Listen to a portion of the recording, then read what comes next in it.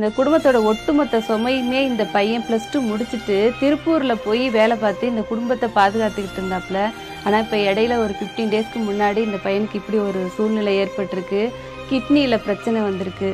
உண்மையிலே மனசுக்கு ரொம்ப வேதனையாக இருக்குது. இந்த சின்ன பையன் நிறைய சம்பாரித்து இந்த குடும்பத்தையே வாழ்வாதாரத்தை போக்கணுங்கிற ஒரு சூழ்நிலை இருக்க ஒரு துடிப்பான அந்த பையனுக்கு இப்படி ஒரு சூழ்நிலை ஏற்படும் போது உண்மையிலே மன ரீதியாக நாங்கள் வேதனைப்படுறோம்.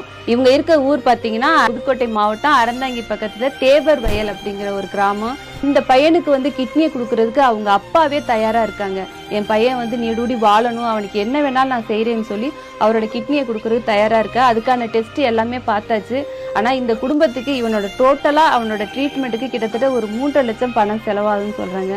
அதனால் இந்த வீடியோ பார்க்குற நல்ல உள்ளங்கள் இந்த பையன் மறுபடியும் இந்த உலகத்தில் நல்லா வாழணும், அவனோட ட்ரீட்மெண்ட்டுக்கு தேவையான அத்தனை செலவும் அவனுக்கு நம்ம கிடைக்கணும். அதனால் எல்லாரும் சேர்ந்து ஒரு சப்போர்ட் செய்யணும்னு நான் எல்லோரும் கேட்டுக்கிறேன்.